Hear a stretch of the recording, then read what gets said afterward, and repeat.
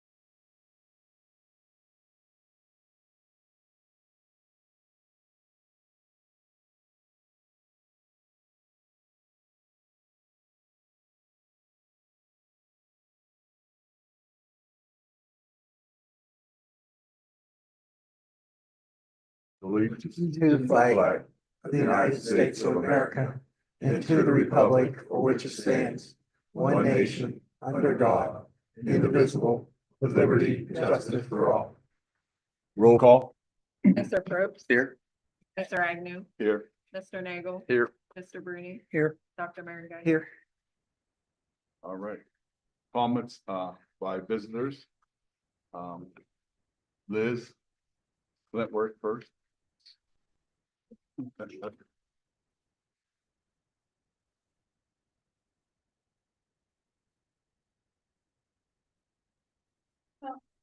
Here just to talk briefly on the cuts to the classified staff. And by the way, I'm Liz Butler, JC Bill Rep.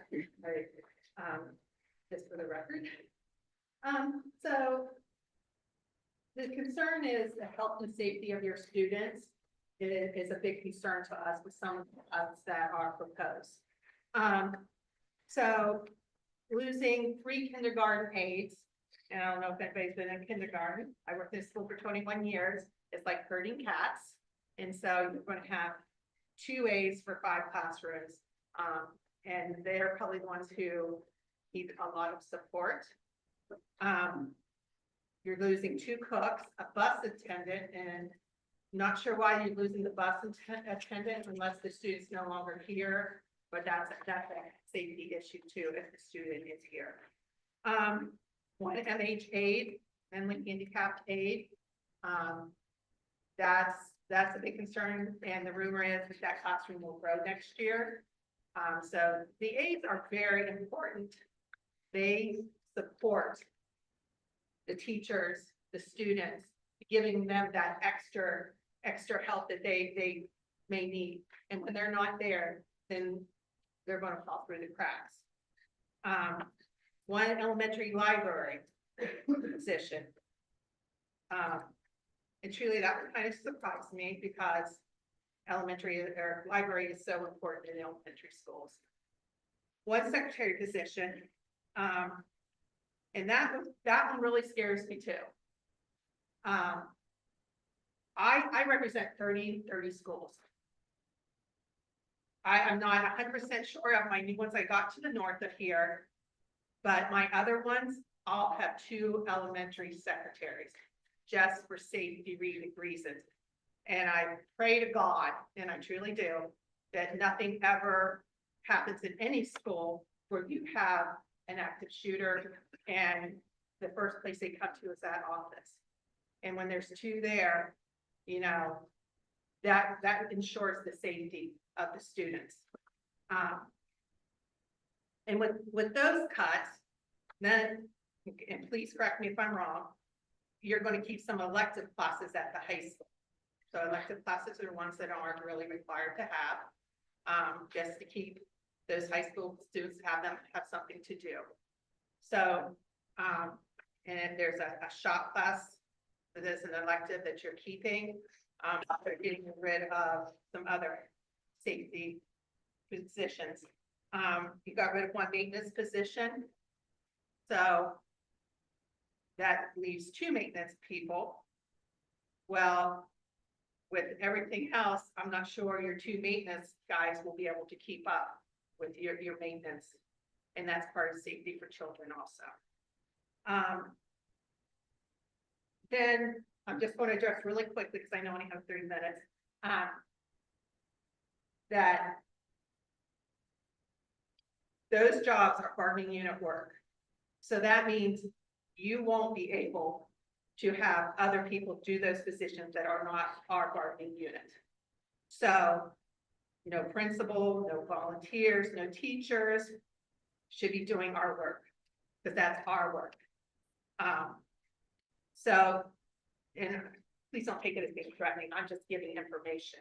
It's not being threatening, so please don't take it that way. But and I'm sure they'll be watching to see if who's going to be doing that work.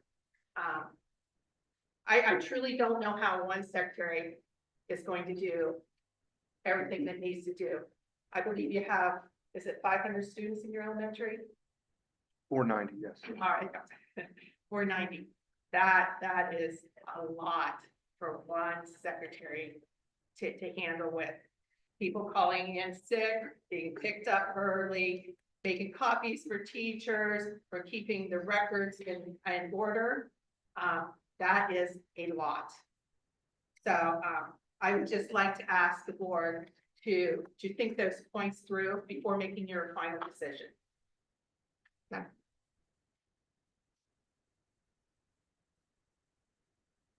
Can I speak? Yes. Yeah. Liz, we have all the same concerns you do, but we got to the bottom of the well and the well was dry. And so if you don't have the money, you can't hire the people. Hopefully, as we move forward, as negotiations happen with the union, as we visit the insurance possibilities, we will find more money, and then some of these positions come back. But we have talked about this extensively. None of us want any of these positions to be gone, but if there's no money, how do you do it?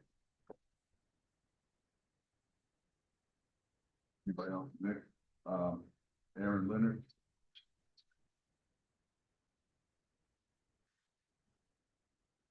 Members of the school board, superintendent of the board, and board attendees.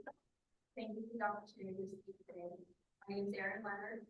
I'm the mother of 2 students here in our district, and I also serve as the clinic lead for Martinsville School District, which is a member of the OC and not presented. I come before you today to discuss my latter role as clinic lead, its job description and classification within the OC union. I was recently brought to the clinic lead position as part of the reduction in force process. I'm not here to fight for my own job, as the only other healthcare related job here in the district is that of school nurse, which belongs to the MFT. Therefore, I decided not to vote, but I'm here to do what I know how to do as a registered nurse with 22 years of pediatric experience, and that's to advocate for our students, for our staff, for the school nurse, who have a right to experience skilled medical care provided in Medicaid. To ensure the availability of daily health care throughout our district, Martinsville's clinic aid and school nurse collaborate, but work separately in clinic offices on campus. Each clinic relies on experience training, knowledge, and skills, responding to medical emergencies, first aid needs, and acute illnesses, and we manage over 100 medications district-wide, including EpiPens, seizure rescue medications, oral daily and as needed medications, inhalers, and diabetic care. Combined, the 2 clinics see roughly 12,000 clinic visits a year. It's my understanding that interpretation of the clinic aid job description and its classification as an educational aid within OC contributed to the bump into this role. The Ohio Revised Code and Ohio Administrative Code define an educational aid as a non-teaching employee of a school district who directly assists the teacher, including supervision of pupils and instructional tasks, and shall not serve as educational assistants without first obtaining an appropriate educational aid permit from the State Board of Education. This permit is not included as a clinic aid job requirement like it is for the educational aids, nor have I had to have it. In fact, it wasn't until discussing bumping into a aid position that I was made aware an educational aid permit would then be needed through the league. Job descriptions for clinic aid versus educational aid show marked differences, with the clinic aid focused on medical experience, certifications, and assisting the school nurse to meet the needs of the district. Simply ending each job title with aid does not make the roles comparable. Furthermore, Article 8 of the most recent OC contract, effective through August 31st, 2025, lists the 15 union job classifications. Clinic aid is not listed. For that matter, clinic aid is not found anywhere in our contract, nor previous OC contracts, since the position was created in 2015. Those 15 jobs are then grouped into 6 classification series. They only include 14 jobs. Quote, based on similarity in function, and quote, yet again, clinic aid isn't listed, including in grouping number 4, the library aid, educational aid, bus attendant, where OC representatives contend the role belongs. With the contract stating each classification group is listed from most skills least, I ask you then, where does the skill of a clinic aid fall when it's not even included in the contract? Based on these OC contracts, no independent reviewing body with no role with clinic aid has even existed within our district for nearly 10 years. Before approving any OC reduction in force today, I respectfully request a thorough review of the Canadian job description, revising the qualifications to prioritize student health and well-being, requiring medical experience. I also ask for that review to determine that the clinic aid is not an educational aid and should not be interpreted as such by the OCU. Lastly, I urge that clinic aid be added to the contract of the appropriate union designation. Thank you for your time and attention. It's been my privilege to provide healthcare for the Shire. Thank you. Thank you. Thank you, Aaron. Bob? Is this about the, No. I'm going to pass.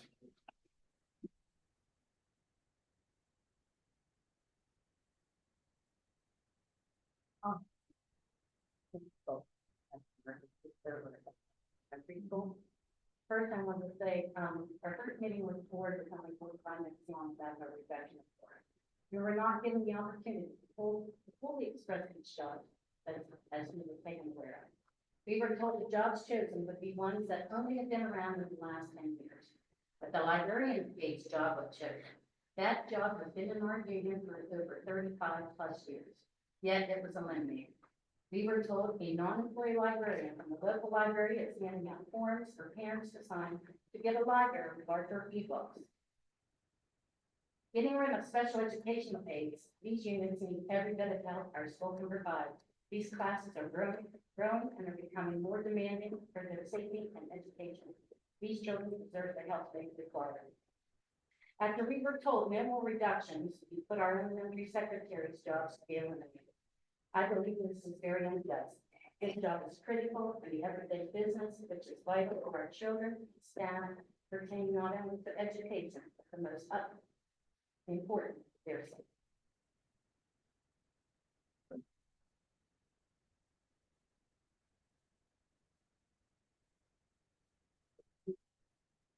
Like I said, so this is in February of this year, Mr. Vogel gave 10 OC employees a notice of laying off, citing lack of funds as his reason. At a meeting with OC leadership prior to notification of employees affected by the reduction, Mr. Vogel told the union that he made the decision to eliminate 10 OC positions based on newly created positions in the last 10 years. This was not entirely true, and we questioned the librarian position that has existed for years. Mr. Vogel said he was eliminating the library. Our local was told the layoffs were necessary due to lack of funds, and teachers, administrators, and central office personnel would also be laid off. It is May 13th, 3 months later, and the board has only taken action to lay off OC employees. Today, it's on the board's agenda to lay off another OC employee. Today, there is no other employee layoffs listed on the agenda. Mr. Vogel told our OC field rep that no more OC members would be laid off after the February layoff. Article 8.3 is clear that a meeting shall be scheduled between the board and the union to review the reasons for any layoff, the affected employees, and the date of the layoff. No meeting with the union was scheduled for contract, and no reason had been given the union for the decision to lay off an additional secretary position with the elementary school. I'm asking the board to explain the reasons why another position is being eliminated when no other district employee has been laid off. The position you have on the agenda is to eliminate is a 6.75-hour, 9-month vital secretary position of the elementary school. How was it decided and justified to eliminate a short hour, 9-month employee when no other employees in the district have been laid off? There is a greater need for 2 secretary positions at the elementary school. There are 490 students ages 5 through 11 in the building. The number of staff in the building includes administrators, teachers, special ed, counselors, cafeteria workers, classroom custodians, and maintenance, total approximately 60 employees. There are 2 secretaries in the building to service approximately 60 employees and at least 490 students and their parents and the school principal. I am one of the 2 secretaries. I will tell you that every minute of every day in our elementary school requires 2 secretaries to keep all 49 elementary students and approximately 60 staff safe and secure. I am asking what reasons you considered in your decision to eliminate an additional position. After the superintendent promised our field rep, there would be no more cuts in the unit. I would invite each of you to come spend some time to observe what our day is like. Students aged through 5 need more assistance than older students for school activities, and safety is always our priority. Keeping our parents informed, keeping our teachers up to date of all daily school-related activities, assisting our administrators with countless duties related to student safety and school activities, taking care of 495 through 11 years old, and keeping their parents informed in a non-mental task every day. It's a non-mental task every day. My responsibilities vary day to day, minute to minute, with no limit to spare on those days. So none of the children and parents are waiting to enter the building. I open the door to the waiting parents and children. Most having questions and daily schedule changes that must be logged and distributed to teachers and staff as the first priority. At the same time, the phone is ringing. I answer countless calls while processing parents' requests and student changes for the day. I take phone calls, answer questions, take messages, distribute messages, and process requests. Countless times each day from parents, outside agencies, student family members, community members, business, etc. Each call requires a timely action for me to route calls, log information, distribute and log messages, distribute communications to staff in a timely and accurate manner to ensure each student is safe and secure. I ready the office for the staff each day by turning on copiers, making sure they are working properly, fill with paper, filling levels, and ready all equipment and other office areas for use throughout the day. I do all student record transfers out and create records for all student transfers in and maintain all current records, student records. These records must be kept up to date at all times. If the nurse or clinic aides are not in the building, I am responsible for students sent to the clinic. I am responsible for students sent to the office for various reasons. I am also responsible for the administrator's secretarial needs and services. The 6.75-hour 9-month position you are proposing to abolish today is vital to the elementary office in providing service to our entire school and community population. Parents of elementary students need require a high level of personal assistance from the elementary school office staff than parents of older students. We have 490 students and double that for parent interaction with the school office. One person cannot provide all the time needed to ensure the safety and security of our students, staff, and community. One person cannot work enough hours to meet the requirements of record keeping and reporting demanded by the state and take care of the safety and security of 400 students, parents, administrators, staff, school record keeping, student record keeping, daily changes for student tracking and student absence. Current staffing levels for the secretarial position in the elementary school takes 14.74 hours per day. Without the 6.75 position, that means 8 hours per day to provide services and ensure the safety of 490 students. Provide services for parents, provide services for 60 staff members, provide secretarial services and assistance to the building administrators, provide information to the entire Martins Ferry community daily in addition to daily routine duties required for a building secretary. 8 hours a day is not enough to accomplish the required minimum duties for this position. The 6.75-hour position is desperately needed to secure the security and safety of our students and school district. Another secretary in the office provides office coverage for most of the day if one secretary has to leave the office for any reason. I respectfully ask you to reconsider your decision to eliminate the secretary position at the elementary school to protect our children, staff, and school district. I am sure that the layoff of a 6.75-hour position that is vital for a school population safety and security will not balance the school budget. The cost savings would be at best minimal for the services provided in school and the safety of our students would be in one.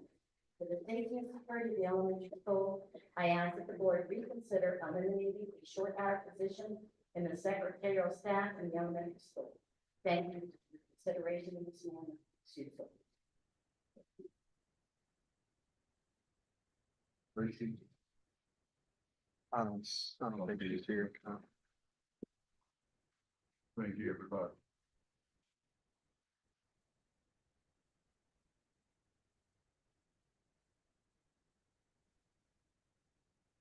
All right, this time, approval of the minutes.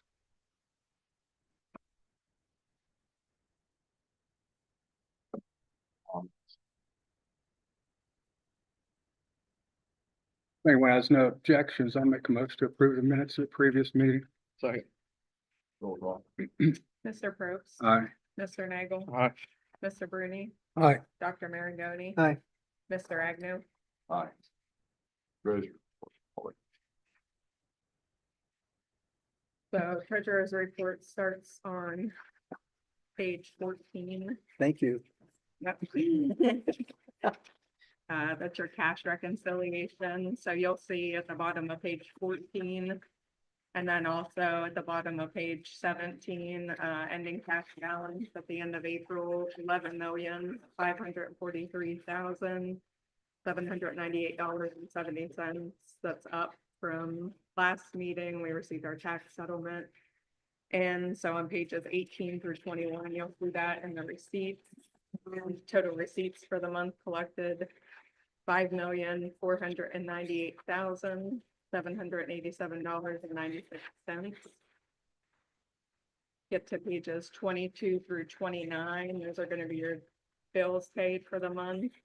Total bills paid on page 29, you'll see $1,768,411.78. And then you have your transfers for the month of April. Transfers from Title I, the school-wide pool, $57,455.65. Title IIA, the school-wide pool, $8,105.29.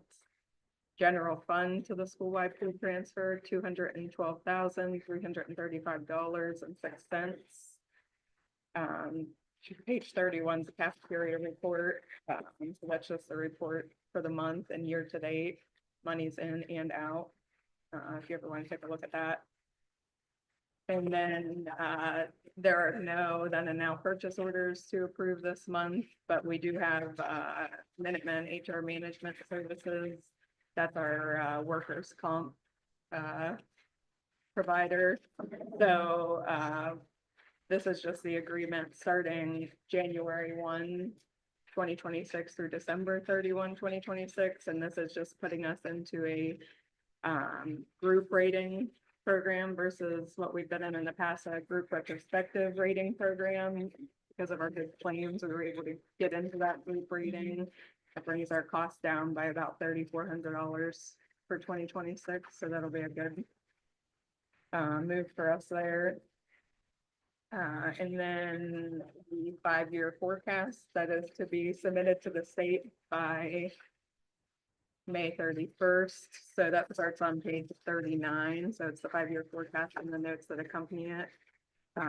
It'll be approval of the 5-year forecast and notes as presented and authorize the treasurer to submit the same to the state. So if you look at the 5-year forecasts, I've updated. This was updated obviously in March. We submitted with the plan that we put together, but I've updated through fiscal year 2025 to date and estimated through the end of the year, which looks a little bit better than what we were looking at initially for what was in the forecast. So initially revenues were looking, so general property tax or real estate tax is up. We knew that was going to go up with the reappraisal. And then obviously the state share local property taxes is going to go up. So that's line 1.010 and 1.050. So those two there are the main factors on driving our revenues up from where they were projected to be on the initial forecast that was submitted for FY 25 through 29.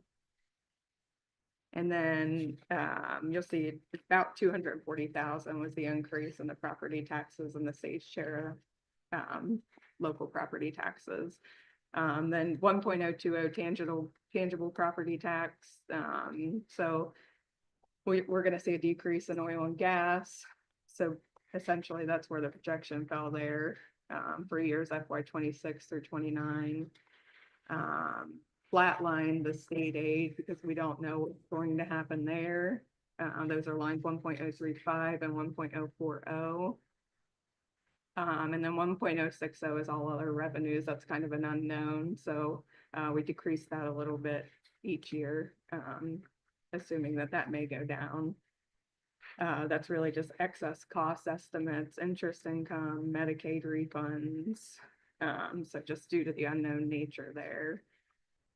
Then you'll see the other financing sources. Next line down, we were doing some transfers in and out with the QSAB loans, and we've eliminated that in future years. That's just got to come out of the debt. We're going to eliminate the ins and outs to avoid confusion when you're looking at this. And then advances in are advances from the prior year, so there would be nothing in the future for that. And then all other financing sources are just maybe a refund of a prior year expenditure. So we just took a conservative approach, and 12,500, it's nominal compared to everything else. So expenditures, so here's the major points on here: 2.040, two personnel services, 3.010 salaries and wages. So those dropped in FY 26 with the plan we implemented, right? The RIF, and then we have a step increase built in 27 through 29.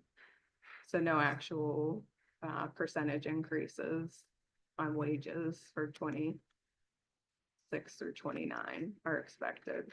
And then employees' retirement insurance benefits, and I think we talked about this briefly previously. We have a 17.2% increase we're looking at for FY 26 for insurance. So you see a decrease there, but that's because of the RIF, but then a 17% increase from there. And then I assumed a 15% increase for years 27 through 29. I don't know what that will be, but that's the assumption that I built in here. Purchase services and supplies.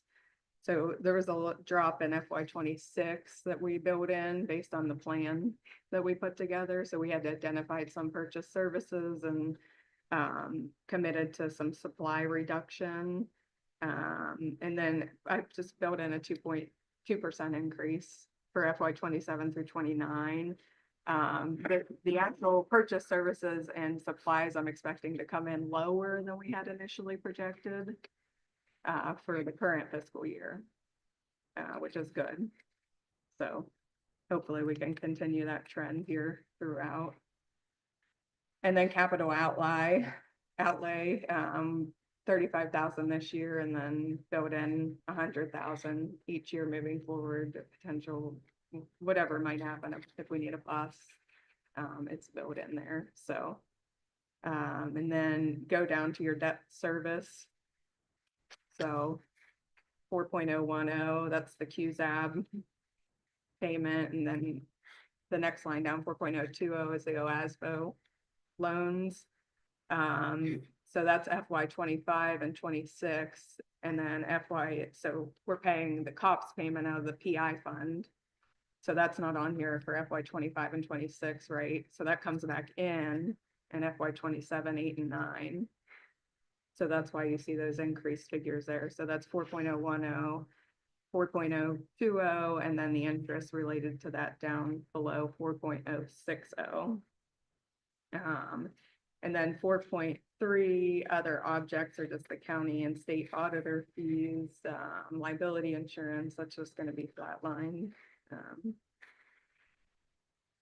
And then the last item are your operating transfers.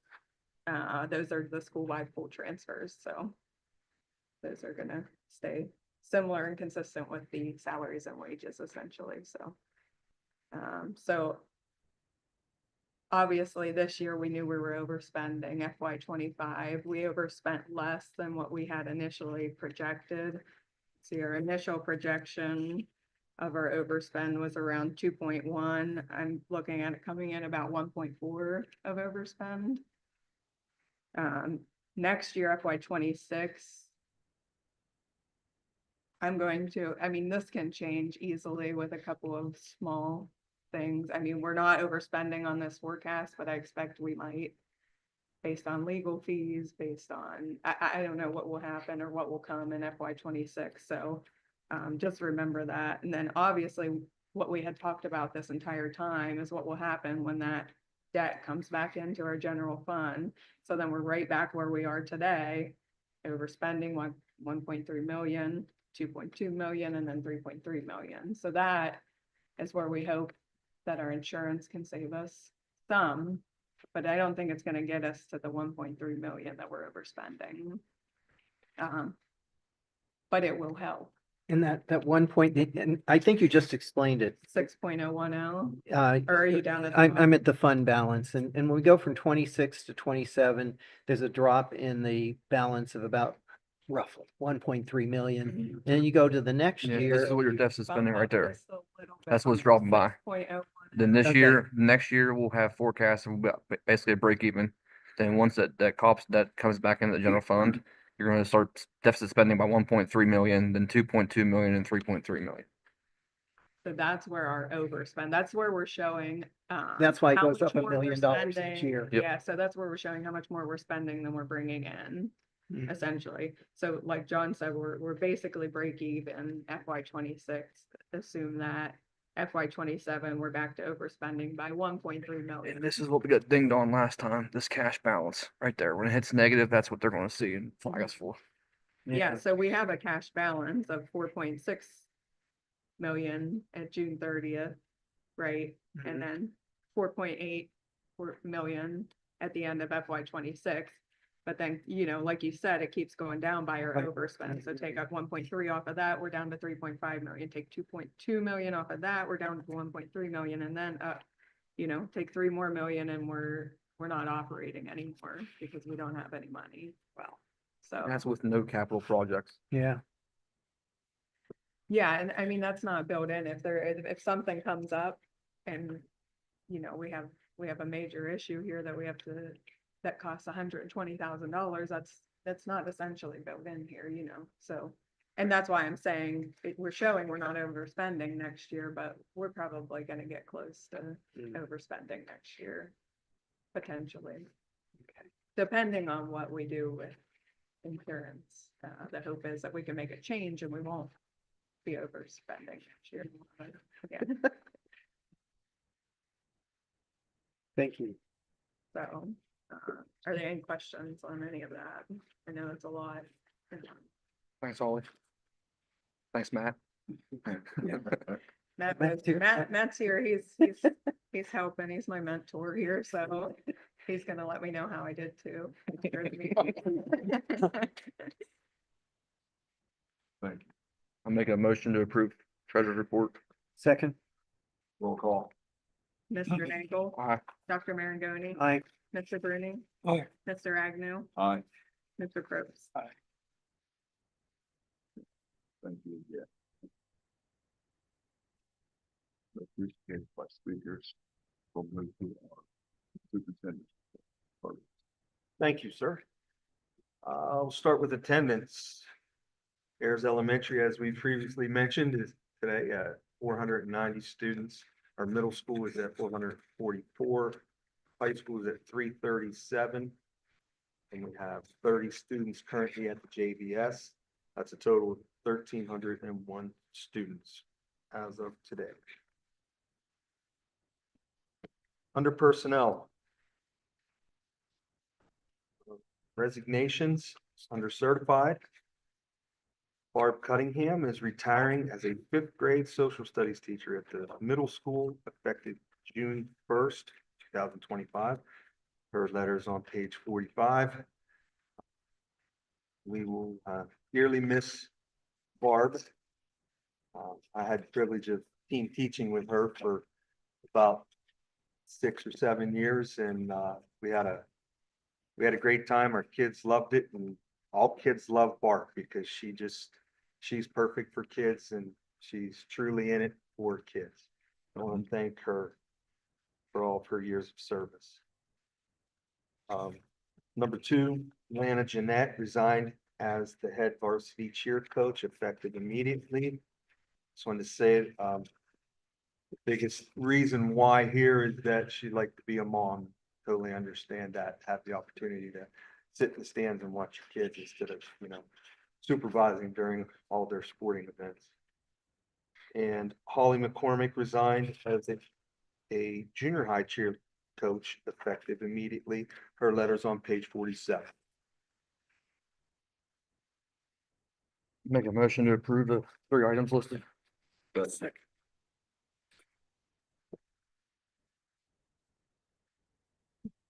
Roll call, Mr. Nagel. Aye.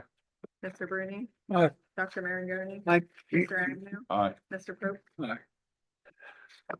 Okay, under employment, James Brem, a continuing contract effective April 16th, 2025. The reason being is that his paperwork was turned in. He did not make the agenda at last month's meeting. Motion to approve. Second. Roll call. Mr. Probst. Aye. Mr. Nagel. Aye. Mr. Bruni. Aye. Dr. Marangoni. Aye. Mr. Agnew. Aye. Non-certified resignations. Gary Woods is retiring as a bus driver effective May 30th, 2025. That letter can be found on page 48. Again, Gary is one of those guys, he's been here for a long time, 52 years of service to be exact. He's done everything from be a custodian to drive the buses, and can't thank him enough. We wish him the best in his retirement. Absolutely. Motion to approve. Second. Roll call. Mr. Nagel. Aye. Dr. Marangoni. Aye. Mr. Bruni. Aye. Mr. Agnew. Aye. Mr. Probst. Aye. Number 3, contract renewals and non-renewals. Those are on pages 49 and 50. If we have any conflicts there or not, did not preview those. With anyone at the table,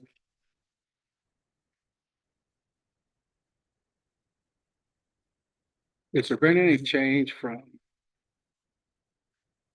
our discussions on the supplementals? Is this all that we discussed? yeah, Side. in the last meeting was the meeting in which we eliminated those positions that we had discussed and kept the positions that we had also discussed. These are the people who are employed in those positions who are currently teaching. And then the ones that are not, they're posted to the outside right now.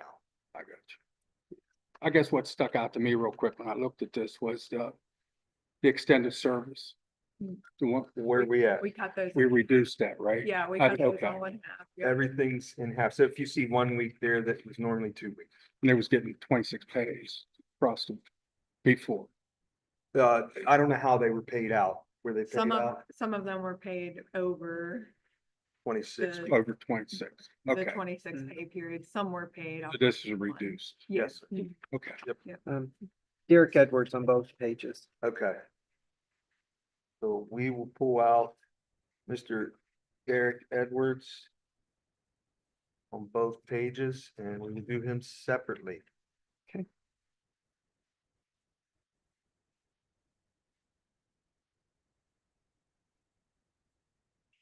I'll make a motion to approve the items A and B, the non-athletic and athletic renewals. Second. Roll call. Mr. Probst. Aye. Mr. Bruni. Aye. Dr. Marangoni. Aye. Mr. Nagel. Aye. Mr. Agnew. Aye. Now we'll have to. approve And then we Derek need, Edwards. yeah, Motion. Second the motion for Derek Edwards. Roll call. Mr. Probst. I got a question on this contract. Which one you want? Oh, All this under president's report. Yeah. We under president's report? No, No, sir. we're, No, Derek excuse me. Edwards. there. Super. Oh, Derek. Okay, I was thinking David. Okay, never mind. Okay. Mr. Probst. Aye. Mr. Agnew. Aye. Mr. Nagel. Aye. Mr. Bruni. Aye. Dr. Marangoni. abstain. Okay, I have no recommendations this time for professional meetings. Number one, under A, President's report, consider approving model emergency action plan for use of automatic internal defibrillators. With that, I wonder, do we have a practice unit? Where's So- Cammy? so they can Cammy, be do we have a trained? practice unit for the AED?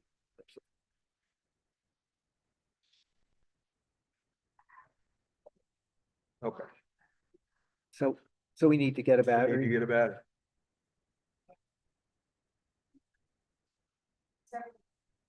We've used it at in-services. I remember doing that.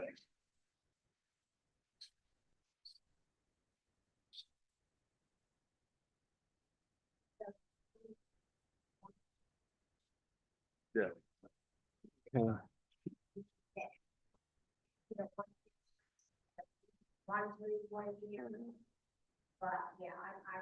And we do the training online every year.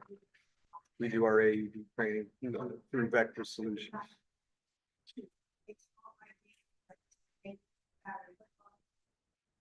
Sure.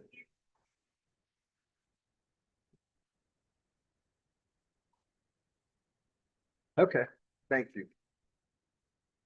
Do we have pediatric pads for the AEDs in the elementary? Okay. And I was reading through this also, this plan, this action plan, says something we should have someone in each building overseeing this from now on. And having quarterly practices on it, all that, so we can do all that, make sure we're doing Yeah. all that. That's why I And asked each for the building. practice And the unit, because the nurses. quarterly practice. Or those in the clinic wave, those who in charge of that for the Yeah, building. and online is great, but there's nothing like touching the unit. You're right, you're right. Putting it on someone. Yeah.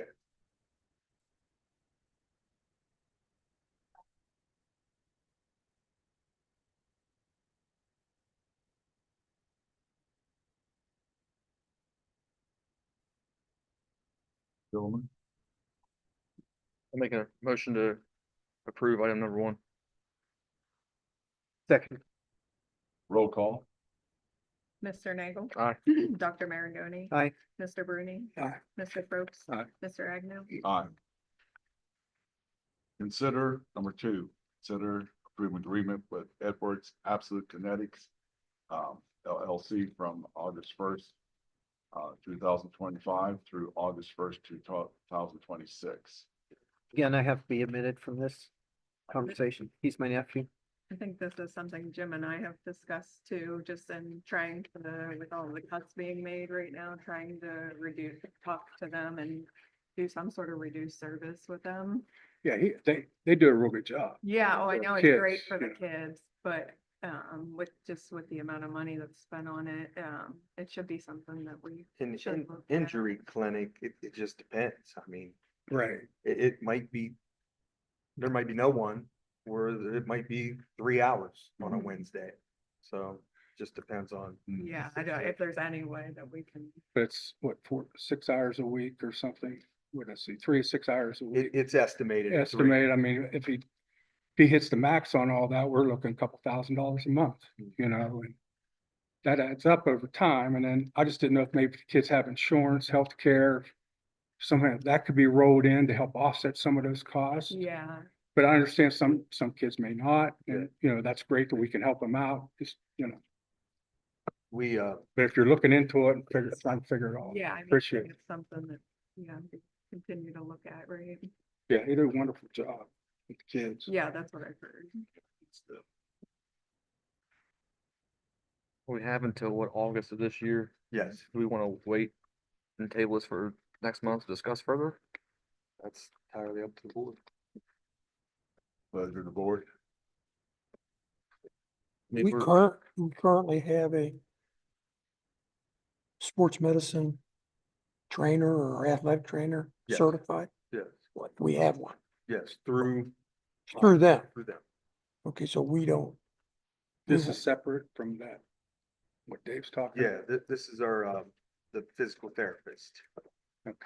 For some, I mean, for the injury clinic here. back in the day, I mean, I did some things, I know. that I probably could have, fortunately, everything worked out. Now,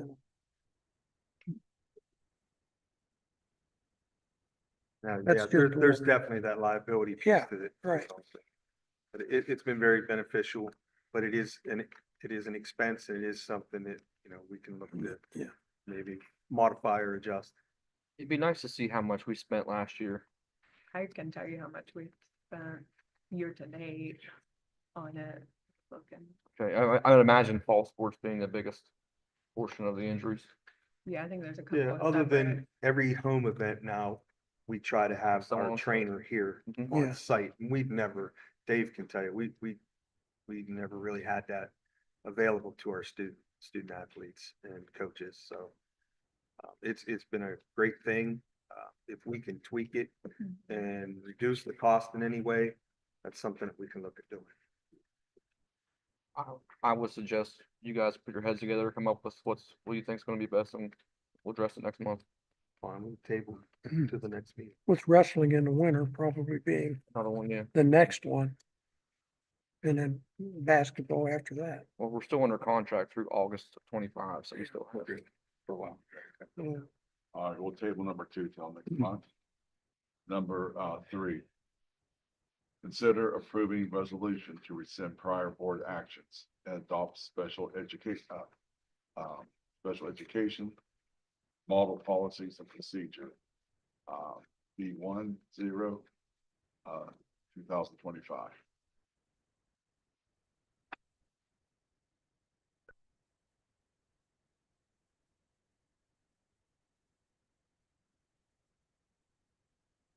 I move to approve number 3. Second. Roll call. Mr. Probst, Aye. Dr. Maragoni. Aye. Mr. Nagel. Aye. Mr. Agnew, Aye. Mr. Bruni. All right, Number 4, I want to ask just right off the rip here, if the board would consider tabling number 4 until the June meeting, next month's meeting. I honestly can't make that motion, but that's. a question. I'll make a motion table number 4. I'll second. Thank you. Roll call. Mr. Probst. Aye. Mr. Bruni. Aye. Dr. Maragoni. Aye.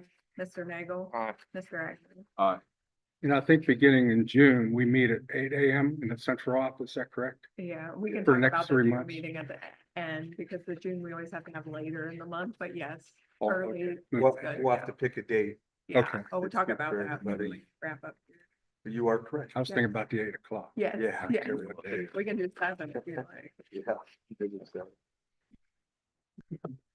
I see. I've had my fill of 8 o'clock classes. Number 5. Consider approving resolution implementing a reduction in force of teaching staff, pages 60 through 62.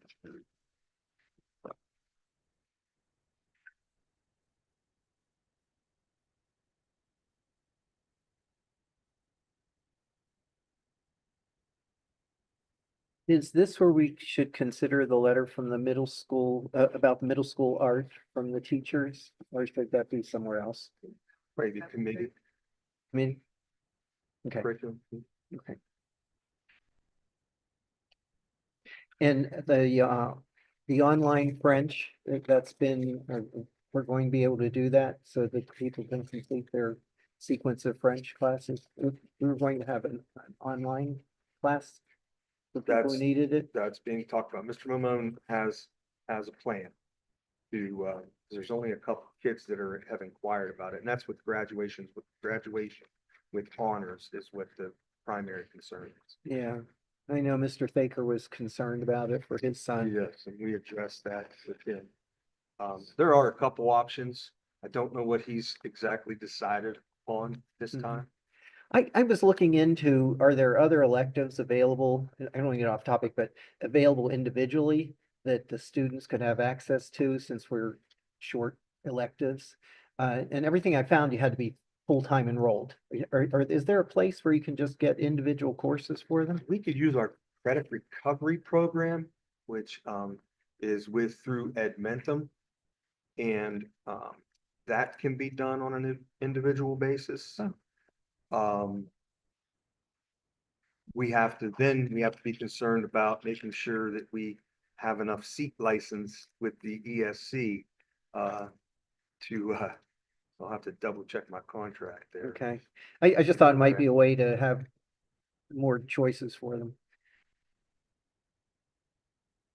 You know, from my understanding, talking to you and Joe is, there's no way we're gonna have one of the students suffer and not being able to graduate with honors due to what the cuts that we had to make. No way. So whether it be Okay, We'll figure that out. juggling the languages, whatever, we'll make it work. okay. And we still have the online college level classes that were started Yes. last year. We kept those. Yep. That's great. Reluctantly, I'll make a motion to approve. Reluctantly, I will second it. Reluctantly, we'll call for a roll call. Reluctantly, Mr. Nagel, Aye. Dr. Marangoni, Aye. Mr. Agnew, Aye. Mr. Probst, Aye. Mr. Bruni. Aye.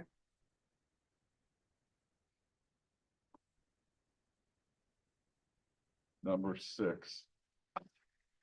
Consider creating a combined position of EMIS coordinator and athletic director, ticket manager, effective August 1st, 2025, found on pages 63 through 67.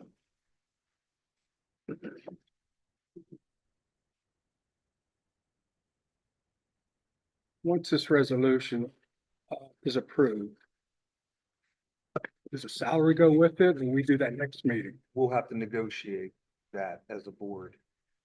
Yeah, that we So haven't we're set approving a that. position without established salary? Yes. Yeah, just Okay, just to get that piece of it done.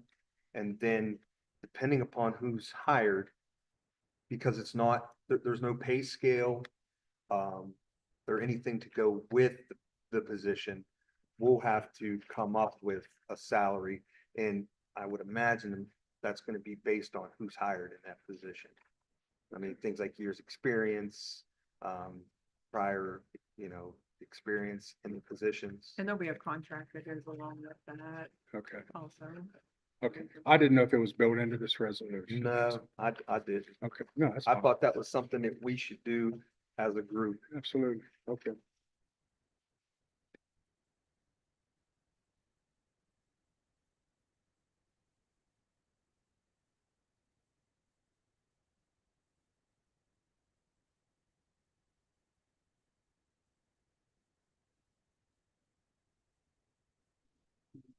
Move that we, Your motion.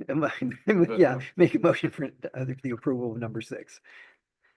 Second. Roll call. Dr. Marangoni, Aye. Mr. Nagel, Aye. Mr. Bruni, Aye. Mr. Agnew, Aye. Mr. Probst. Aye. Number 7, consider creating a combined position of career-based intervention / in-school suspension teacher for the 2025 through 2026 school year, pages 68 through 70. And this one will, be bid within the union and it'll just follow our salaries.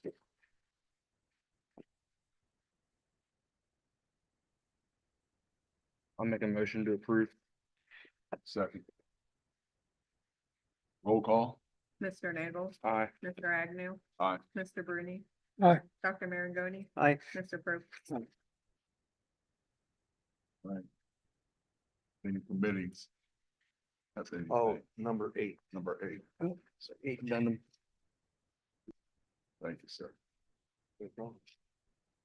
Number 8, board president report, consider creating a combined position of wood shop / metal shop / CAD teacher for the 2025, 2026 school year.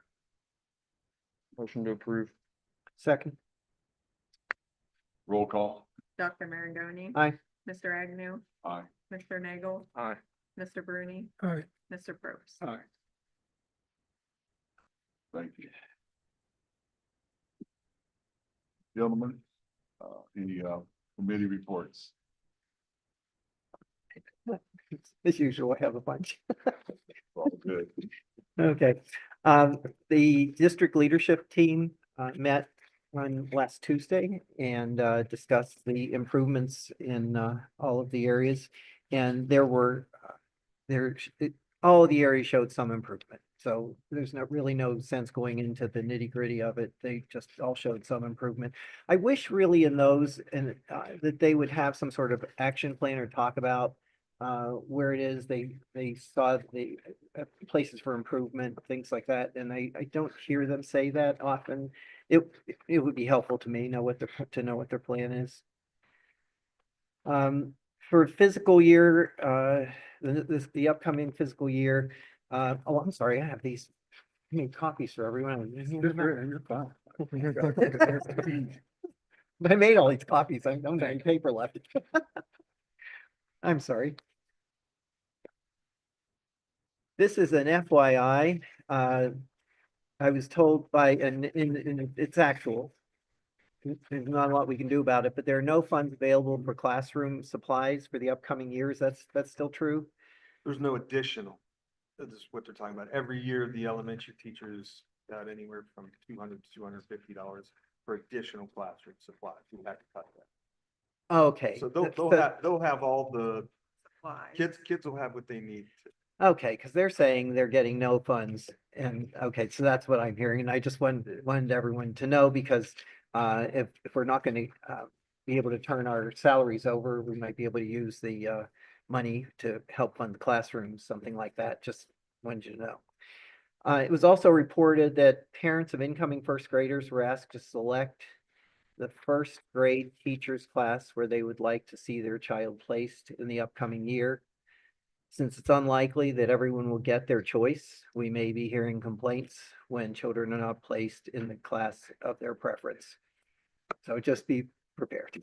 That usually goes to the building principal, but yeah, it might get to you. That would be new. That would be very new. So, and also under curriculum, we had the middle school art question and the suggestion by the teachers. And that just might have already been answered, but we owe it to the person who wrote the letter. There we go. Oh, there we go. So I sent this letter to everyone, and it was a solution for supplying or having art in the middle schools, and the teachers are willing to make certain sacrifices to be able to do it. And so I thought we at least should talk about it, and if we can't do it, let them know why. I've already told them why. We discussed it first, let me say, I really appreciate their suggestion and their willingness to do that because they are sincere. Mhm. And, but if we can't have 4 art classes at the middle school, then we can't have 1 or 2. It's not electives where kids can just sign up and take a course such as art. You have to have 4 so that you can run a whole grade level through per 9 weeks. Okay, so it just isn't possible It's this year. not practical. Okay. All right, under building and grounds, I just happened to be talking with Andy Sutak yesterday, and he was talking about the expenses for the backflow valves and whether we had an idea of what that was going to cost. And he started out with a low figure of about $50,000, so very expensive. So I just didn't The want valve people to know. itself is 20 grand. Yeah, and they say you have to build some kind of a box or thing to put it in. Yeah. And he was going up from that figure. So that's going to be an expensive thing in the future, just to let you know. I would think, once we figure out everything that we need to figure out, and Mr. Yoder, correct me if I'm wrong, we got a ballpark, and this is just a verbal ballpark from the guy who designed our water tower. Jeff Vaughn? Jeff Vaughn, he said around 75,000. Yeah. Okay. And so he was in the right. He said 50 to 100,000, but I was afraid to write the 100,000 right in the middle. I know you mentioned you may be meeting with Jeff Vaughn. Does he come in? Yes, He's been in. he's been in, but we need to meet. We haven't met with us in the city. With Jeff. We want Jeff there when we meet with the city. Can you shoot me a text? I may be involved with it. Absolutely. They, that will need to be serviced all the time, and there's a backflow prevention rule, I believe, it has to be certified annually. That's gonna be a cost to us as well. Because we have them here. on That'd be the building. inside ones, so to add that to the list. I wonder how this came up. No idea. I, I emailed the EPA rep a few times. I got one response, and, I keep getting the automated out of the office. I'll return in a few days. So I'm waiting to hear back on my last round of questions to it. I think that when that water tower was built, um, the commissioners worked with Jeff Vaughn and, appropriate some money for that water tower back when the school was being built. So you may have some information on that also. That'd be nice. Thank you. And I attended the presentation on last Tuesday regarding insurance. And it brought up some questions to me. I'll just sort of read this first part to let you know where we are. So it was reported at the meeting that the average cost per employee for healthcare is $35,000. It's estimated that a health savings account could save about $4,000 per policy. And that was his rough, quick calculation. It was also reported that we have 32 people eligible for Medicare in the Martins Ferry school system. And finding a way to convert those employees to their Medicare entitlement could save about $25,000 per policy. So we're talking about a lot of money here. We could convert 30 people to Medicare and pay their premium, their Medicare premium and supplemental premium. It could save as much as $750,000. We need $1 million. Okay, it gets us almost there. So I talked with Mr. Schwendeman, and he was the person who gave the insurance presentation. At first, he said there wasn't a way, and then I did some perusing on the internet with Google, and there's something called a health reimbursement arrangement account, and the website is here if you want to look into it, that looks at giving coverage in a little different way, but it has to be done throughout the system for all the employees, and it has to be done through the union. And so the other information and the answer after I pointed this out to him and the answer from the lawyer that he contacted are all here on this page. I don't see any reason to read it all, but I think it's the needle in the haystack we might need. If the union would agree to this, it would mean probably no layoffs. It would mean we wouldn't have to worry about taxing the public. It would mean so much to so many. And it just takes maybe a different way to do it. And it's all through the IRS website. So I really encourage you to give it your all when you look into this and don't just bounce back and say it doesn't work the first time you hit an obstacle. No, and I don't think we will, and I appreciate you looking into that, but I will say that I think the number 32 people that you have on here is inflated. Oh. Because the numbers that they use are all of those covered by the health insurance, so that could mean employee or spouse. Oh, okay. So that could be only 15, you know what I mean, or it could be 17, but Yeah. I just want to make But it's a lot of money. clear that you do know Yeah, that. I figured $6,000 or $7,000. And they also said in here that when we read through the IRS site, that you can put money in this account. You don't have to take back what's left over at the end of the year. So part of the deal could be we sweeten the pot just some, so that then when they do retire, they have some money to pay for the Medicare that they continue paying for Medicare. I think it's a win-win situation. So anyway, so that's my report. Thank you, Al. OPERs did that. Established the HRA accounts. Had a Medicare bridge. And appropriated so much money over till you became Medicare eligible. And then you had to go out on the open market and get your own insurance, own supplement. But you can use the HRA money to supplement that. Plus your Medicare Part B, D, whatever. It's worked well for me. So as an example. Yeah, we can definitely look into that for sure. Any other committee reports? Thank you, Alan. You're welcome. C, consider entering executive session for conferences with attorney for the public body concerning disputes involving the public body that are subject of pending or imminent court action, pages 73 to 75. So moved. Second, roll call. Mr. Probst, Aye. Mr. Agnew, Aye. Mr. Nagel. Aye. Mr. Bruni, Aye. Dr. Maragoni. Aye. So let's entering executive session at 4:05 PM. I have to ask those of you who are not involved in grievance to, please exit.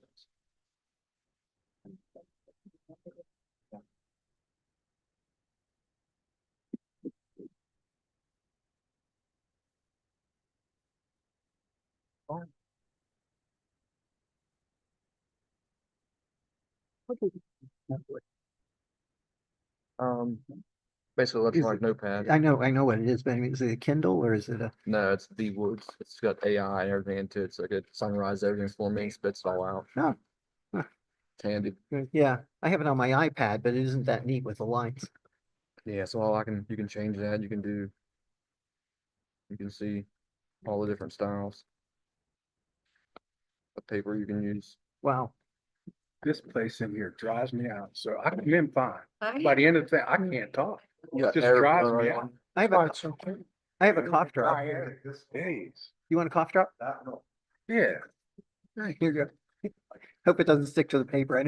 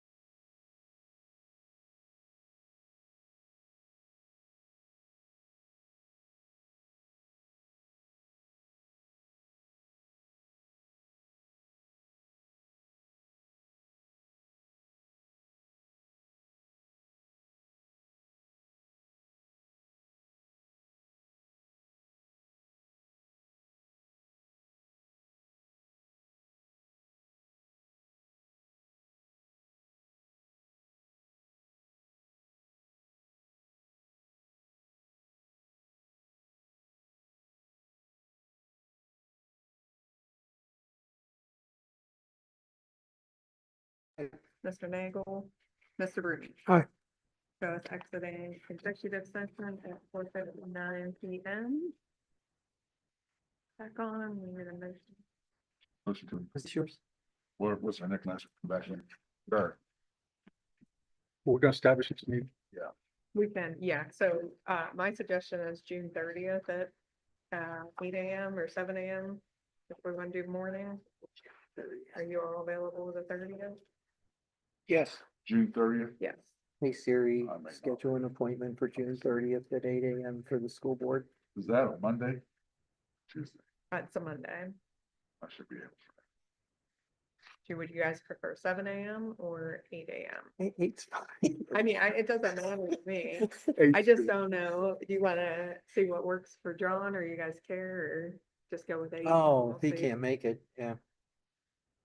I You can may do- ask him 7 or 8, either way works for you guys, and then I'll just send Yeah, them. because you already mentioned the meeting. Yeah, so I'll send them a text and see what time. Okay. Are you guys okay with? June Yeah. 30th instead of June 10th. I'll call you. Yes, June 30th.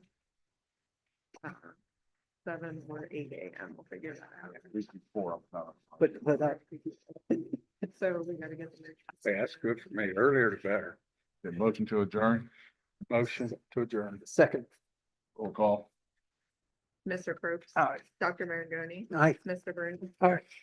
Mr. Nagel. Mr. Agnew. Aye.